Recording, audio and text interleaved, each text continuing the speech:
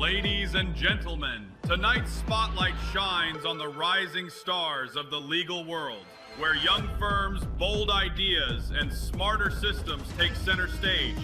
Standing tall at the intersection of law and leadership, he's the digital strategist, the legal growth architect, the man with the mic. Make some noise for your host. This is Legal Currents with Will McCrane. Welcome back to another episode of the Legal Currents podcast.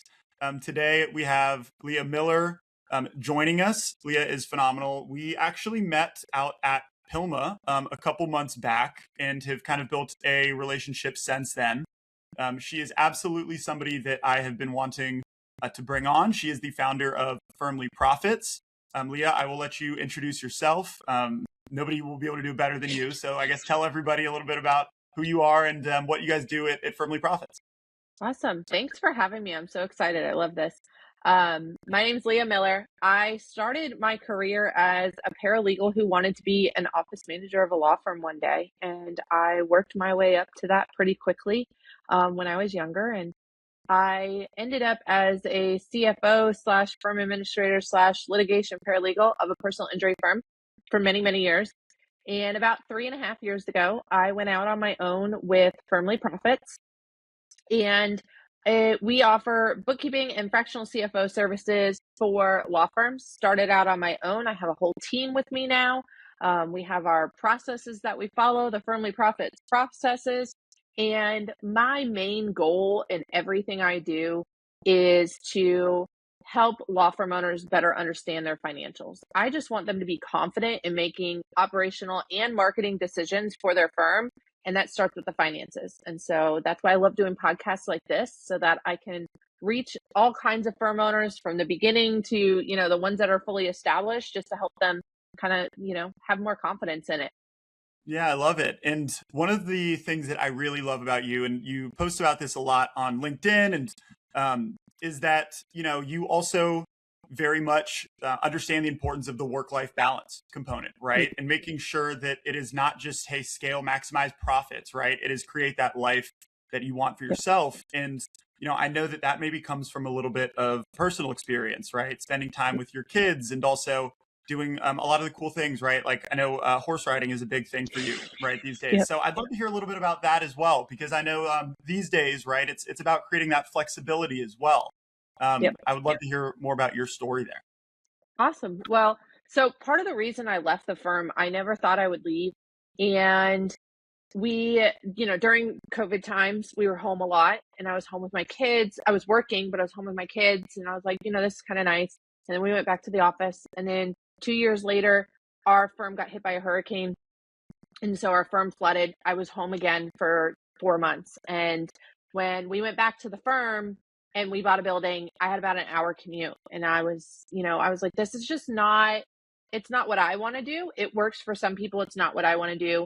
And so that's kind of when I went off on my own. In the 3 years I've had the business, I've gone through stages where I've worked a lot, putting the kids to bed, working till 2:00 in the morning, waking up at 5 a.m. to get work done. But I've really intentionally tried to find balance with that. Part of it is, my husband stopped working his outside job 2 years ago. It was life-changing for us as a family. He's home now. He helps me with a lot of stuff, with the business, with the kids, all of that. And with that decision, I intentionally decided to grow the business slower. So because we needed we needed more income when he quit his job, I was not able to hire, somebody that I could have hired, or I couldn't dump that extra money into marketing. So we made an intentional decision to grow the business a little slower than some of my counterparts do. And some of the people in masterminds that I'm in, they have completely different home situations. And so a year ago, because we both had really flexible jobs, we sold our house in Southwest Florida and we bought a small farm. We have about 13 acres just north of Tampa. And since then, we have horses and cows, and I ride horses with my kids all the time. And I'm very intentional with the time it takes. Now I'm going through a growth period with the business right now. So I'm working a lot more, but I'm still able to take the time to do the things and have the hobbies outside of my business and my kids. I wrote a post yesterday on LinkedIn about finding hobbies for myself, because for the last 3 years, my hobby has been my business and my kids. And so, it's an ever evolving process. And I think that goes back to, I really want law firm owners and business owners to understand that your financials are personal to what you need to do. So, law firms all the time are asking me, what are the benchmarks? How much should I spend? What should I do this? And it's like, I can give you benchmarks all day. I love that. But at the same time, I want you to understand what your goals are, because my goals in my business are completely different than some of my really good friends who have fractional CFO businesses who are doing 3 times as much revenue as I'm doing, but I'm intentionally deciding to do what works for me and my family. Yeah, and I think it's incredible. Sitting in on masterminds and things like that myself, I know that sometimes it can feel like a competition, right? Like who has the biggest firm, who's scaling the quickest, right? Whose profits are strongest.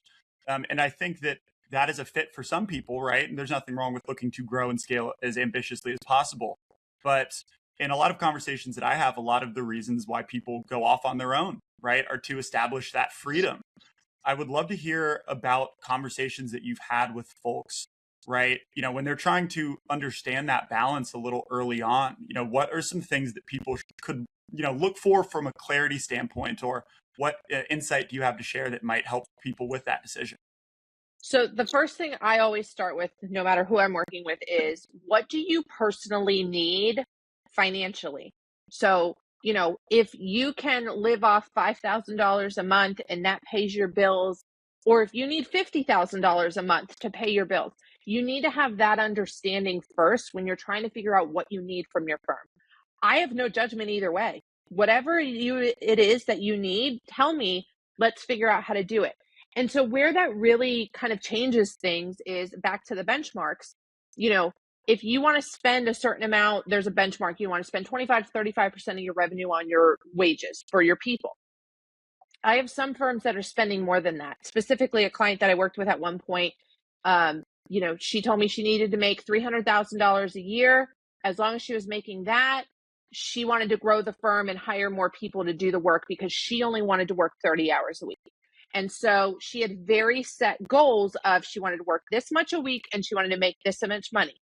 And so she hired more people. She was spending more of her revenue on people than what is the law firm benchmark, but she was meeting her personal goals for her firm. And so that's where you have to have a really strong understanding of what do you need personally out of the firm, and then work backwards from there to set your goals and decide how much you need to spend on marketing, how quickly you need to grow, and things like that. Yeah, it's incredible. It's incredible. And another thing that I would be really curious to hear your insights from, right? Like, let's say you're taking on a new client, right? You're brought in, you're going to support them, let's say fractional CFO, right? Where does your, I guess, audit start, right? Like, what are the first questions that you're asking, maybe beyond the ones that you just mentioned? Or I guess, what's the first thing that you're looking at? The first thing I'm looking at, so I can pull up financials and just see, I can tell a lot from the financials. I've seen a lot of them. I can see, where there's inconsistencies and things like that. But then it really goes back to, okay, once we know your personal goals, what are your goals for the firm? How do you want to grow? I have some firms I've worked with, we've worked through some processes and things like that. And they're like, hey, I don't really want to grow anymore. And I'm like, that's great. You don't have to conquer the world. I have clients who want to conquer the world, they're doing it. And I have clients who are very content with where they are. And so again, we go back to what are the goals for the firm? And then a lot of things that we get into are just, financial processes and how to optimize what you already have. So a lot of law firm owners that I talk to that have been in business for 30, 40 years, okay? They're like, I have never looked at a P&L before. And they just, if there's cash in the bank, they know they're doing well, they can invest in the marketing, things like that. And it works because there is such the profit margin in law firms is a lot better than other industries. It works sometimes. But what I really like to dig into is just giving firm owners the confidence and saying, when people like you come to them and are like, hey, do you want to spend more on marketing? They're like, actually, yes, because we have the data. We know that if we put this money in here, it's going to give us this return. And so then we know when to hire more people. And so when you have that planning, it just helps you be more confident in the decision. So then you can get the work-life balance and not be waking up at midnight on Saturday morning wondering, oh my gosh, am I going to have enough for payroll because I just told Will that I can spend $20,000 more on marketing. And so Yeah. that's where we really optimize things. Yeah, and that's a super fascinating, insight into that conversation, especially these days, right? With all of the new tech that's coming out, right? All of the new, just marketing strategies, right? All the vendor support. I know that a lot of firms will oftentimes feel confident in whether it be like a new tech solution, right? Or a new marketing strategy, et cetera. But it also takes that little bit of risk, right? To invest in it before really the benefits are shown. How does that conversation look on your guys' end? Let's say I come to you, I go, hey, I want to try, this new tech software. How do you understand where the risk makes sense, right? How do you approach that piece of it? A lot of times I ask, what is the goal? Because, with tech and marketing and all of the vendors, and you're in the coaching groups, and this person's doing, there's so much noise coming at us as business owners. I get it. I love spending money on all that stuff as a business owner, but there's so much noise. And so a lot of times I'll have people and, they'll ask to see a lot of reports, or they want to see this, or they want to do that. And they don't know what they're actually looking for or looking to do. And so I like to be the outside person and say, great, I have no problem with us spending the money on that. But what is the end goal? What are we trying to accomplish here? And is that keeping us towards those original goals we talked about?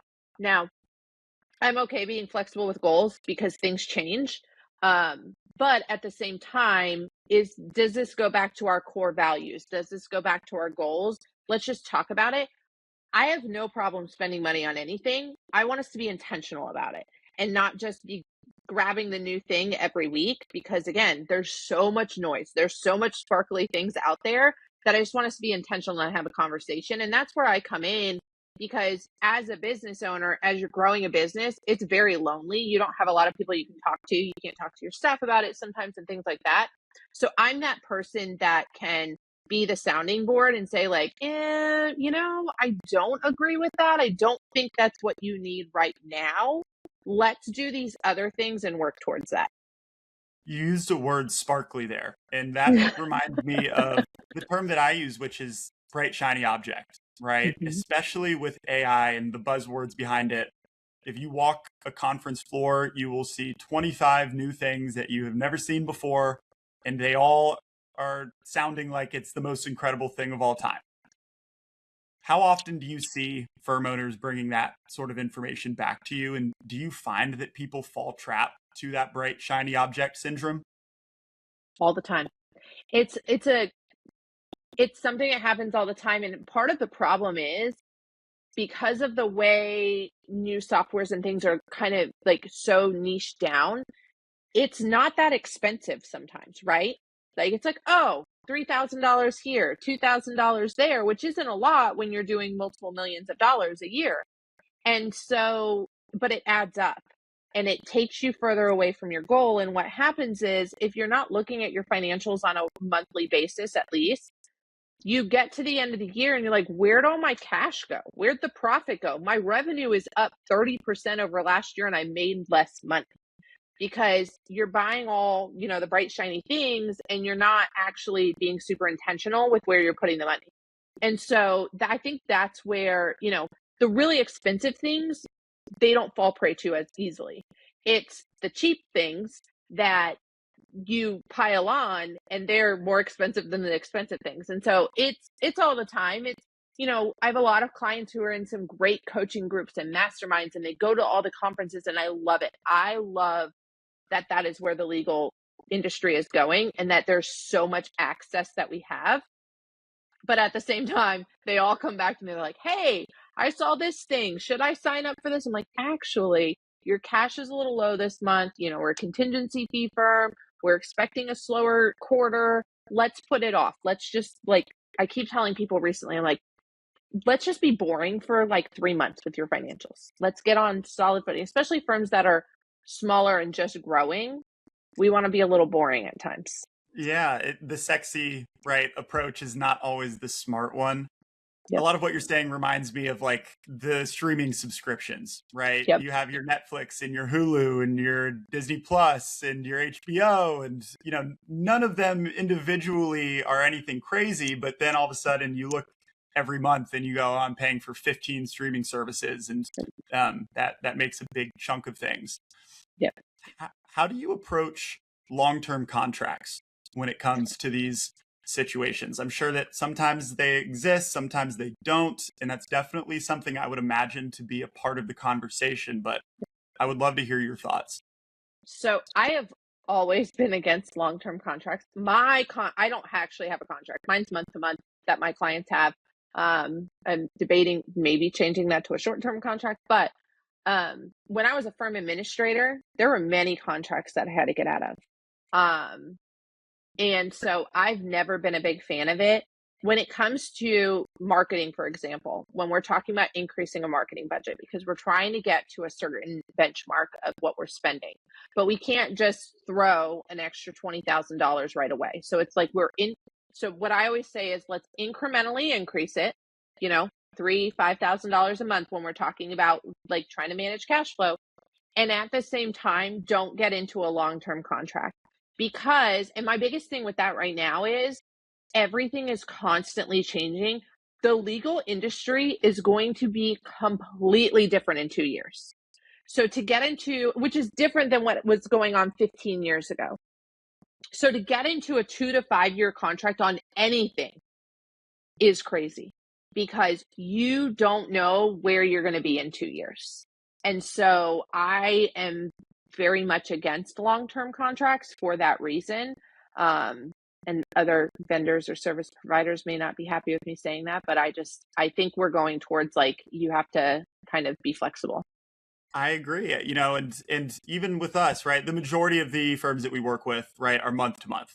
Yep. But, at some of the like more entry level packages, they do come with that 12-month commitment. And I think it's something that even myself, I encourage people, right, to consider that option with flexibility, right, where things are month to month, if nothing else, right, to establish that confidence.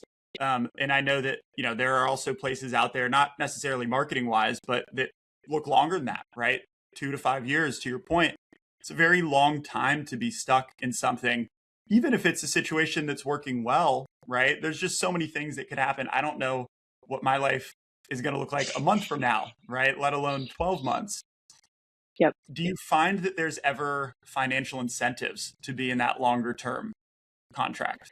There are at times, and I'm not against that. So that's, again, let's be super intentional. I think one of my clients had a overseas contractor through a company, and they gave us a discount if we paid 12 months ahead. And we were looking for tax strategies at the end of the year. And so we wanted to pay out a little bit more. And so we did. It was a service we were really happy with. It made sense financially. We had the cash to do it. And so we did it. So again, I'm not against those situations. But I just want to be super intentional about what we're doing with that, with the service providers. And, I get it from a service provider standpoint. I had a conversation with a fellow CFO who's in a different industry, and her industry, the people in it are more apt to stick with you long term. And I know that law firm owners, they are big on like what is working, and they, if you're working really well for them, they stick with you. But again, there's so many options. And so I think from a service provider standpoint, we have to really put in good work for them to stick with us, and locking them into a contract to kind of force them to do that I don't think it's the best move. Let's do good work. And here's where it comes down to, if we're not working well together, I don't want to work with you anyway.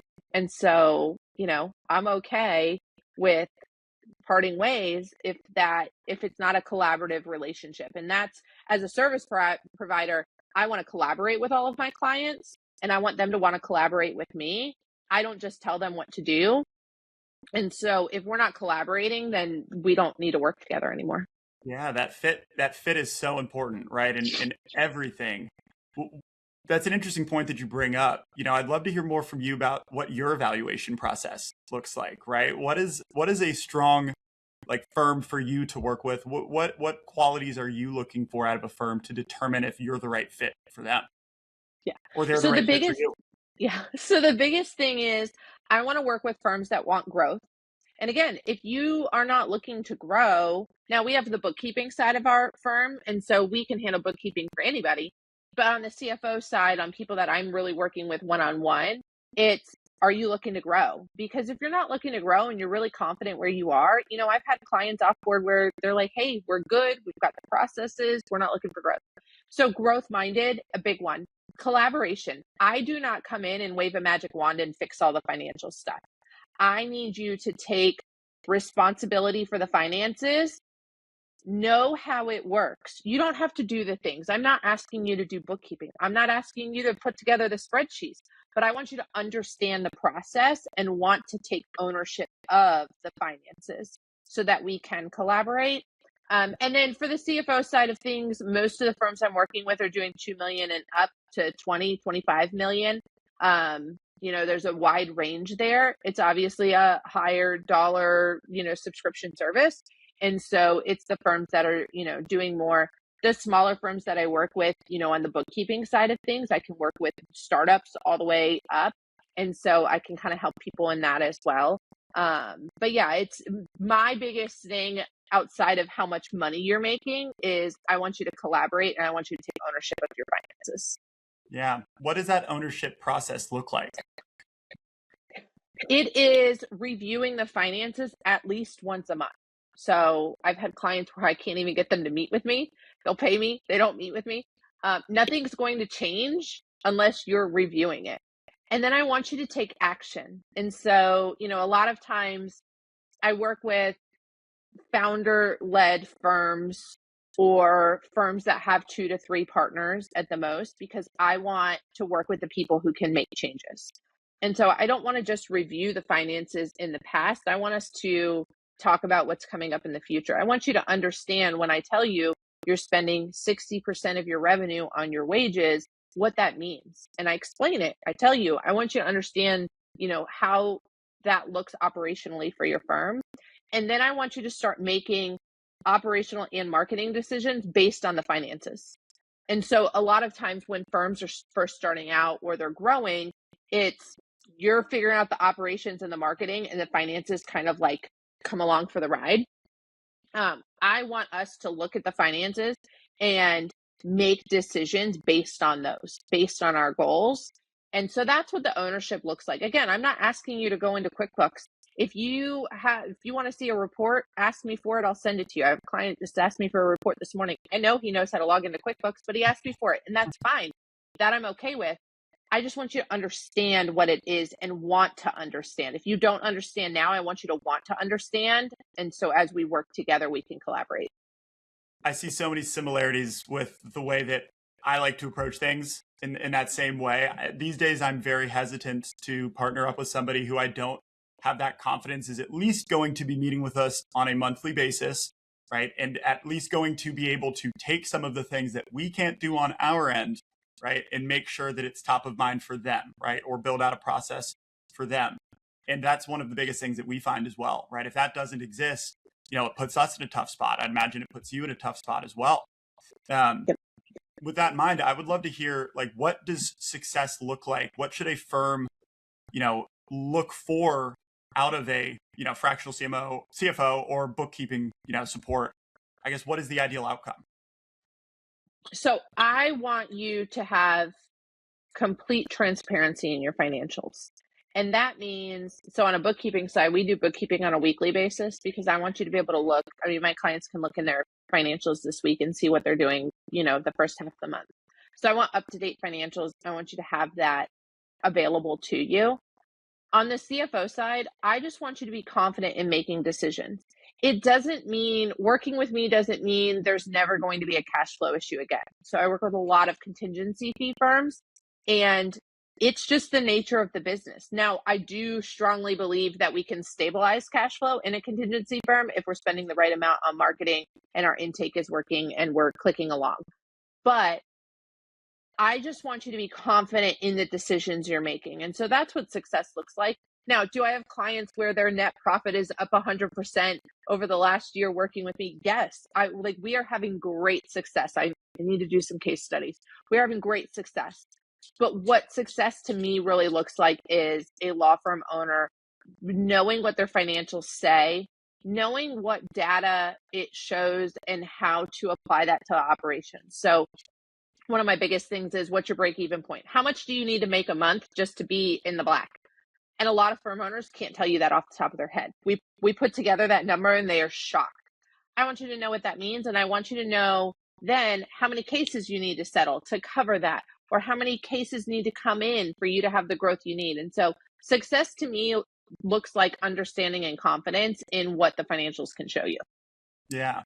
Tell me about this number, 109,320.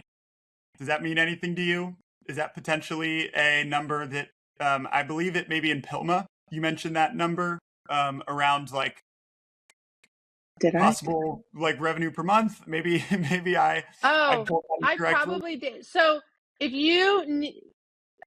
I probably talked about that like break even number. Yeah. So I want you to know, if it takes $109,000 to run your firm, what does that look like on how many cases you need to settle? So if your average case value is $10,000 a case, then you need to settle 11 cases a month to cover your break even, or whatever that looks like. And then from there, what we can do is we can then say, for growth for next year, because in a contingency fee firm, cases you bring in today are cases that see revenue in 12 to 18 months, right? And so on the marketing side of things, if we're settling 10 cases a month now to break even, if we want sustained growth, we need to be bringing in more cases than we're settling. So we need to be signing up 15 new cases a month. And so that's how we do the long-term sustained growth. And that's how we know what we need to be looking at. And so if you know what you have now and what you need in the future, then you can go to your service providers and say, hey, Will, I need to be signing 15 cases a month. What does that look like? How many leads do we need? Okay, we need 25 leads a month to sign 15 cases to then settle 10 cases. And so that's where we can continue building on it and know and have the confidence that if we're settling 10 cases a month, then we're covering our break even, right? And then when we settle bigger cases, because there's one-off cases that settle for more, then you have more profit. You have more money to play with and things like that. And so that's where I just want you to understand what it takes to run your firm, and then know what it's going to take to run your firm in the future. Yeah. Yeah. And it's stuff that's very, I know firsthand in my conversations, right? They are not always questions that we get, the answer to, right? And that's something for us, right? Even the lack of information there can make a marketing agency hesitant, right? To really partner up, because it makes that success piece difficult. Yeah. Yeah. Tell me about your experience as a paralegal and how that maybe helped you along your journey. I know just internally with the firm, right? But then also as you stepped into your current or opened up just Firmly Profits. So as a paralegal, I think my biggest selling point with what I'm doing now is I know how a firm works. And so I can understand what is needed in a firm from a paralegal standpoint, or a firm administrator standpoint. I'm not coming in and saying like, cut all this stuff to make the profit work, right? I'm coming in and saying, like, I understand the process. I understand what needs to be done. Let's do these other things. And so I think that's where my experience in a firm is. I can understand the dynamics. It's not just money, right? And so I can work with everybody in the firm to understand their needs, because you can tell a paralegal every day of the week, hey, you have got to get 20 demands out a month. And then they'll come back and say, but what about this? And what about that? And then I understand that. I understand how long it takes to get a lien, figured out at the end of a case. I understand what the process looks like. And so I am able to see it as a whole, because the financials on their own mean nothing the financials need to drive the operations and marketing. And so if you don't understand operations and marketing in a law firm, the financials on their own won't help you with growth. You've got to understand all of it. And not that I know the nitty gritty of the marketing, like I don't know the difference between the LSA and all of that stuff, but like I know when something's wrong, right? So I can look at intake, I can look at leads, and I can say, based on the financials, something's wrong with the marketing. Go talk to your people, or let me talk to them and ask them what's wrong. And so, and same with operations. I can, and people will push back and they're like, well, we can't get that much done. We're at capacity. I'm like, are you? Are you really? Because I've done it. And so, I've even had people that are like, well, it takes 60 days to figure out the Medicare lien. And I'm like, it does. And I'll give you that. But at the same time, are you doing these other things first to try to get the time like faster? And they're like, oh, maybe not. And so I'm like, I've done it. I know. So don't tell me it's not possible, because I know it's possible. Yeah. What would you say is the most common misconception a new firm that you're working with, right? Or somebody, just firms in general, that they believe to be true, but you've seen time and time again may not always be the case? I think, a lot of times it's like they don't know what is, like, they're just not paying attention to the data and all of that, right? So they're just not looking at what's happening, and they're not looking to the future. They're kind of looking in the past and all of that. And so I think a lot of times, like, we just need to drive things with the data more than anything, and they're just not doing a lot of that. So no, I totally agree. Okay, couple rapid fire questions to wrap us up. First one being, did I see that you maybe rebranded at some point? Did. It was L&M Financial. Tell me about that story. So this was going to be like a side hustle, and I wasn't going to quit my job for a long time. And so L&M is my initials, and it's terrible because it's like out of order from the alphabet. So I rebranded a year in. It was terrible. I still use my L&M email address sometimes, and now I have a Firmly Profits email address, and I'm still having issues with that. I'm glad I did it when I did, but it was a horrible experience. So, but Firmly Profits is so much better than L&M, so it needed to be done. But yeah, I did not like the rebranding process.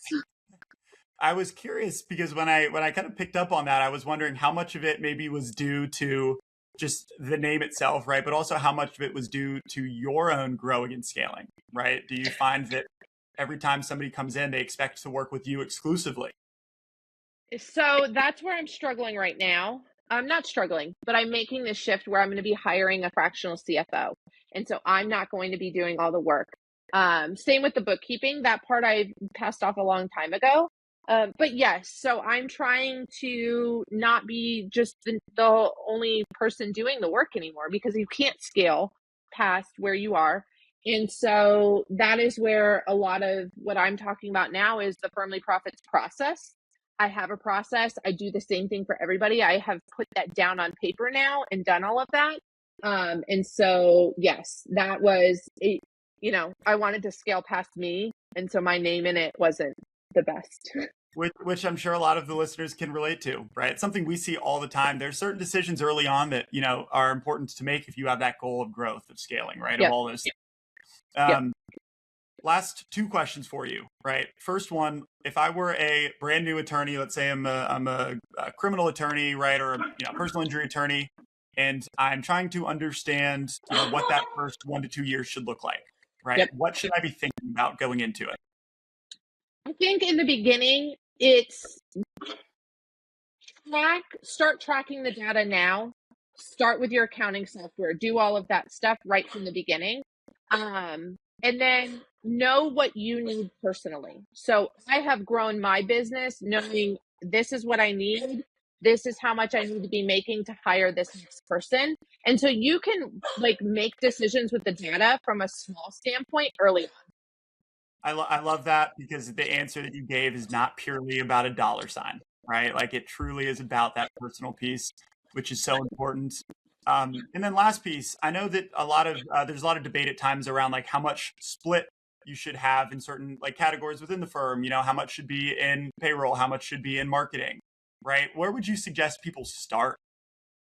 So for marketing for long-term sustained growth, you need to be between 10 and 15%. That's not doable for firms just starting out. And so I encourage you to just start somewhere with what can fit into your budget. And then from there, incrementally increase it. Find Yeah. service provider partners who can work within your budget.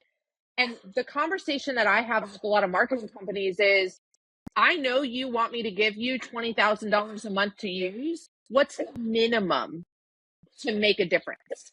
And there's a Yeah. number there to say there's a minimum to make a difference. So There always is, and look, oftentimes I think it's the responsibility of the agency to say, hey, this is not enough for that goal, right? And ultimately, I find one of the biggest pitfalls a lot of firms fall into is where they fall into this gray area where they're spending a sizable amount, but not enough to really put yourself in that position to feel confident in the outcome that you can expect, and that's something I'm sure you run into frequently as well.